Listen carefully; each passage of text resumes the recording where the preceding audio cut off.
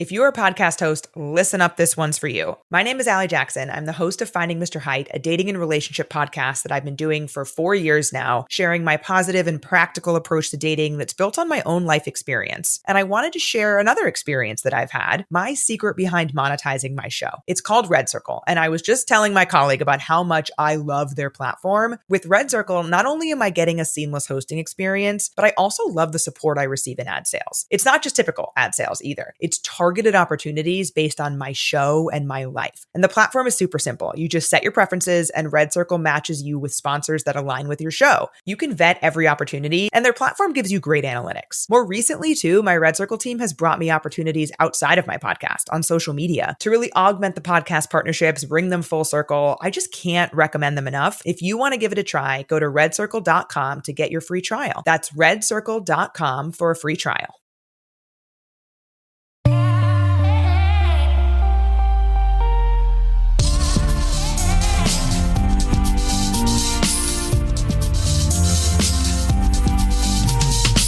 You're listening to Make It, the indie film podcast. Welcome to Summaries. Let's dive in. I'm Allison Inverness, and for this deep dive, we're jumping right into the source material from the Make It podcast's Summaries series. Specifically, a really, really insightful conversation between Chris Barkley and the writer-director, Motke Dapp. And I'm Alex Ivey.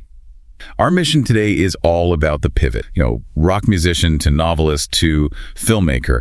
But more than that, we're really drilling down into the difference between intentional filmmaking, the actual craft, and content that might be funny, but is really just a skit. And we also have to get into the huge hurdles that indie filmmakers face in what Motke calls the fourth phase, distribution. Yeah, that's a big one. His path definitely wasn't a straight line. Not at all. We're charting a life where he started in one creative field and sort of bounced through several others. Music, painting, writing novels, even web animation.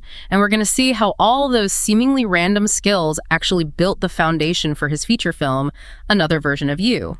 That pivot is really the core of it.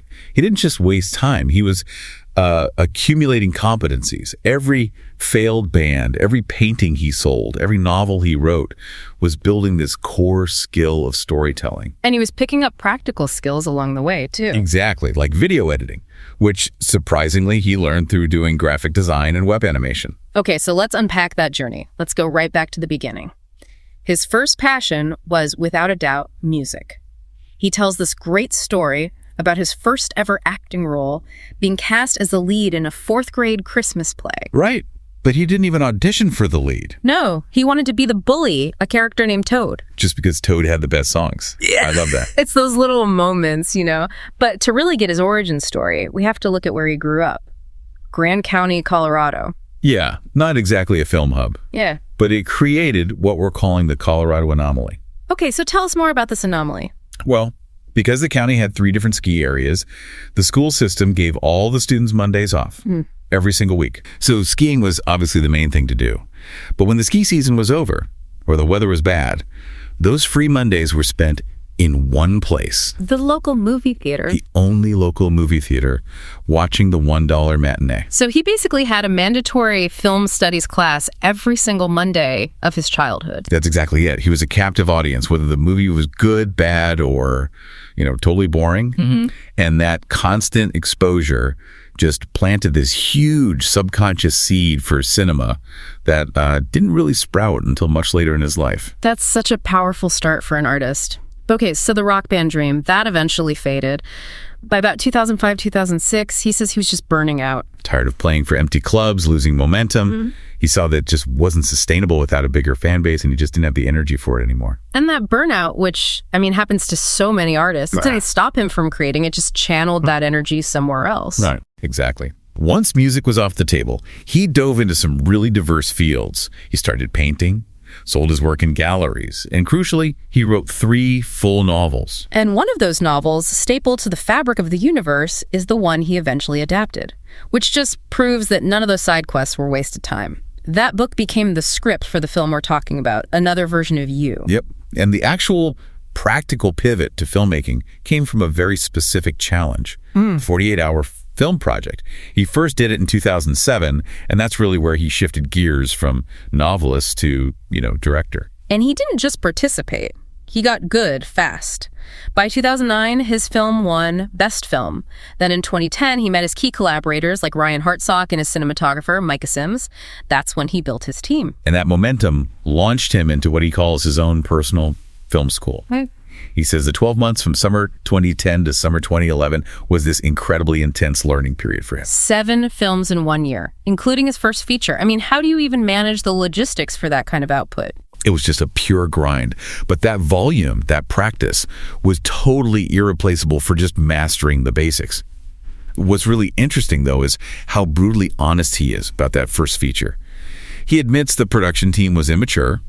They really didn't know what they were doing. But the film was saved. He was saved by the acting. Precisely. He said the film wasn't awful, mostly because they had 2 or 3 really good actors who could just cover up all the technical and structural weaknesses. Which really highlights just how valuable good performance is, especially for a first-time filmmaker. It's everything.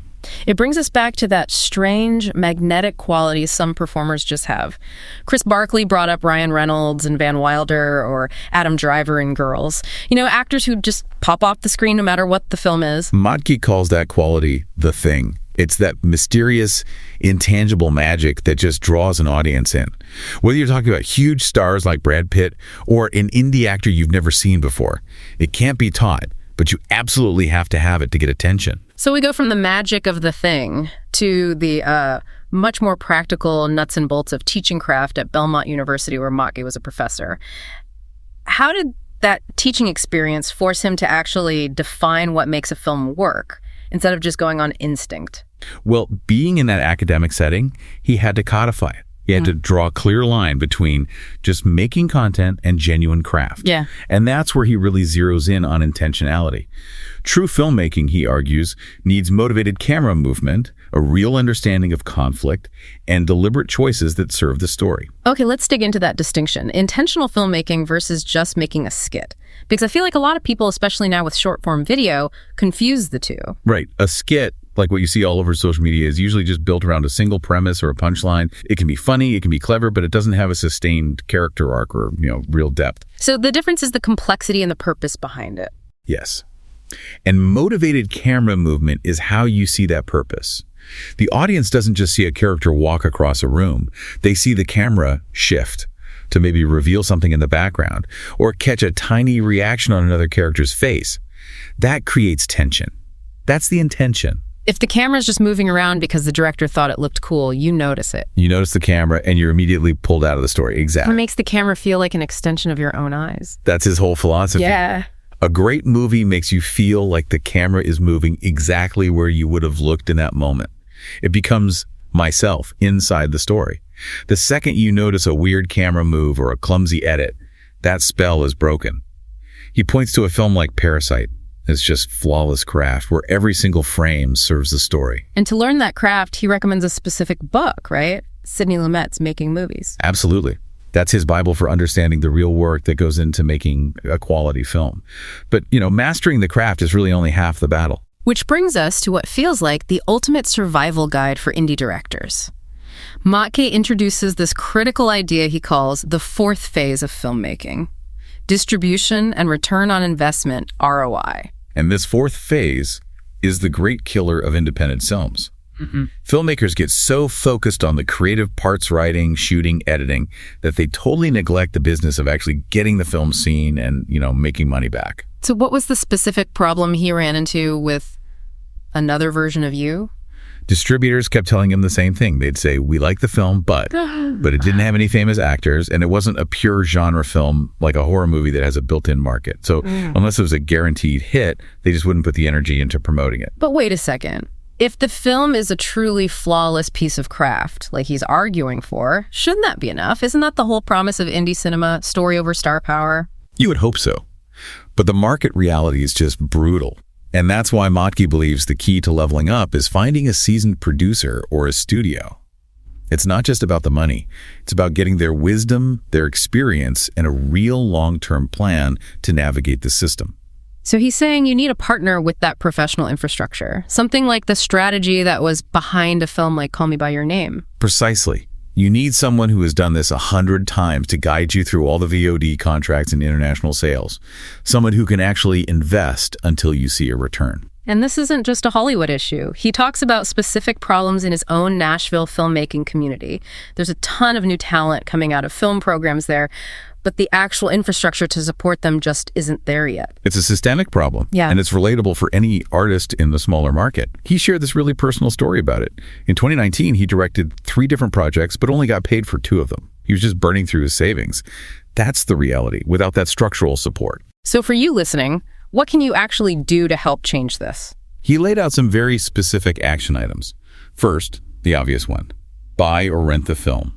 Another version of you is out there on Blu-ray, digital, VOD, Amazon, Walmart, all the usual places.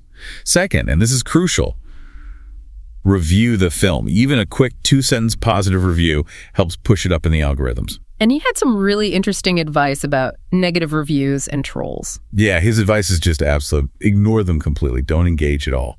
Because the system on sites like IMDb sees any interaction, even downvoting a bad review, as engagement. And it actually boosts the troll's visibility. So the best way to kill a troll review is just total silence. Total silence. While at the same time, you amplify all the positive, helpful feedback.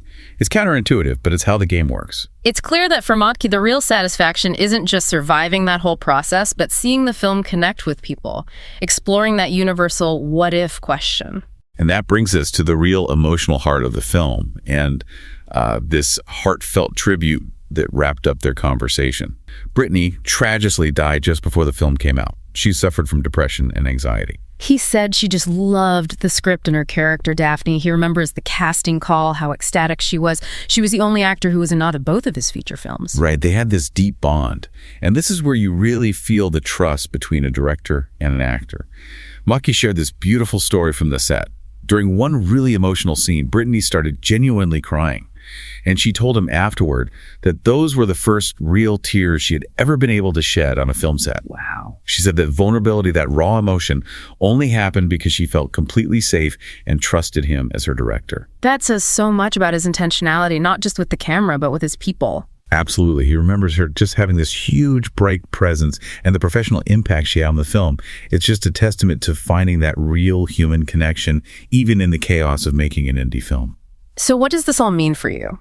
The most important insight from this deep dive is that real, consistent success in independent filmmaking hinges not just on mastering your craft, but on understanding and navigating that brutal 4th phase of distribution and securing experienced mentorship to lift your work above the daily grind. Which leaves us with a provocative thought. If the true struggle for skilled art is just getting financial traction because they lack the star power the distributors demand, what non-traditional support systems beyond the current broken model could the film community create to actually sustain this level of talent? And you can support independent cinema by checking out Another Version of You at anotherversionofyou.com. Stay inspired, and until next time, be better, be creative, be engaged, and thank you for listening. Hey everybody, Chris here. Before you go, if you enjoy our work and want to support what we do at Make It, please subscribe to the Make It Podcast channel on YouTube and rate and review on Apple Podcasts and Spotify. We have terrific tees, hoodies, hats, and more at cottonbureau.com. Just search for the Make It Podcast and our store will come right up. If you have feedback for us, email us at contact@bonsai.film. Or find all things Make It at our Beacons AI site at www.themakeitpodcast.store. You can also follow us on Instagram, TikTok, and X at _Make It Podcast. You can find us on Facebook just by searching for The Make It Podcast. And until next time, and on behalf of the team at Make It, be better, be creative, be engaged, and thank you for listening. If you're a podcast host, listen up, this one's for you. My name is Allie Jackson. I'm the host of Finding Mr. Height, a dating and relationship podcast that I've been doing for 4 years now, sharing my positive and practical approach to dating that's built on my own life experience. And I wanted to share another experience that I've had, my secret behind monetizing my show. It's called Red Circle, and I was just telling my colleague about how much I love their platform. With Red Circle, not only am I getting a seamless hosting experience, but I also love the support I receive in ad sales. It's not just typical ad sales either. It's targeted targeted opportunities based on my show and my life. And the platform is super simple. You just set your preferences and Red Circle matches you with sponsors that align with your show. You can vet every opportunity and their platform gives you great analytics. More recently too, my Red Circle team has brought me opportunities outside of my podcast on social media to really augment the podcast partnerships, bring them full circle. I just can't recommend them enough. If you want to give it a try, go to redcircle.com to get your free trial. That's redcircle.com for a free trial.